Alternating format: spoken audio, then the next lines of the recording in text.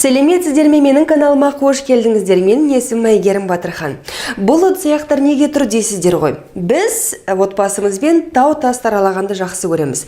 Тауға жиі шығамыз, жаңағы көлікпен де және жаяу де. Сондықтан да бізге түсінгеніміз ыдыс-аяқ керек екен. Осы тауға шыққанға арнайы ыдыс-аяқтар.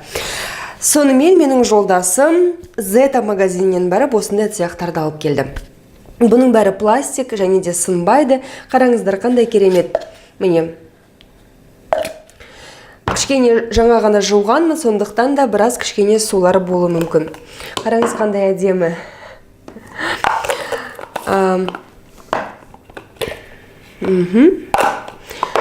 Бұл жаңағы кружкаларымыз чай ішкенге, мынау сок ішкенге, мынау жаңағы тамақтар салғанға, немесе салат салғанға.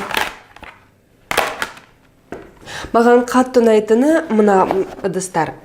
Бұл жаңағы тамақ ішетін ыдыс. Әрине мен барсам, бұндай ыдыс алмас едім тамақ ішуге, бірақ жолдасымның таңдауы осыған түсіпті. Жалпы бұл ыдыста кез келген тамақты жеуге болады. Тауға шыққан кезде сұйық тамақты да, қою тамақты да. Және де қараңыздар, түстері қандай әдемі, бірінен бірі өтеді. Және тамақ ішкен кезде әрине бұл көңіл күйді көтеріп, бұның түстері жаңағы одан арман аппетитті ашып жібереді. Және де міндетті түрде әрине тауға барған кезде мне мынандай ыдыстар вакуумный. Жаңағы түрлі салаттарды, түрлі дайын тағамдарды бәрін салып алғанға. Қараңыздар, қандай әдемі. Вакуумный. Жабасың, жаңағы ашылмайды. Бұл ыдыстардың бәрін сақтайтын мне мынандай контейнер алды.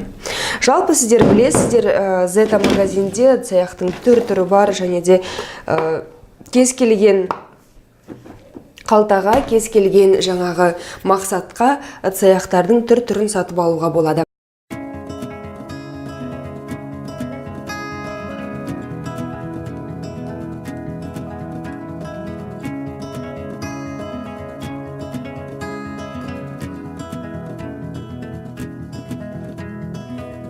Бұл палатка жаңағы ыдыс-аяқтың жалғасы. Бұл палатканы біз тауға шыққан кезде қолдану үшін алдық. Қараңыздар, қандай үлкен. Сондықтан да біз отбасымыз жалпы 4 адамнан тұрады. Сол 4 адам толықтай сыйып кету үшін дәу палатка алдық. Қараңыздар, қандай дәу. Шын айтсам, ұзындығы ені қанша екенін білмеймін, бірақ көзге үлкен. Вау! Вот это да! Так, идемте, я вам покажу. Вот, крышу я открыла. Мне мынаны да біз арнайы осы палаткаға арнап алдық. Себебі жаңағы жерден суық өтпес үшін мынаны төсеп қойсаң астыңа, және де мынаның үстіне жаңағы көрпелеріңді төсеп ұйықтай берсең болады. Қалыңдау, қараңыздар. Бұның бағасы барахолкада 2000 теңге тұрады, бар жоқ 2000 теңге, бірақ қараңыздар, қандай дәу, қандай үлкен, 2 адам емен-еркін сыяды.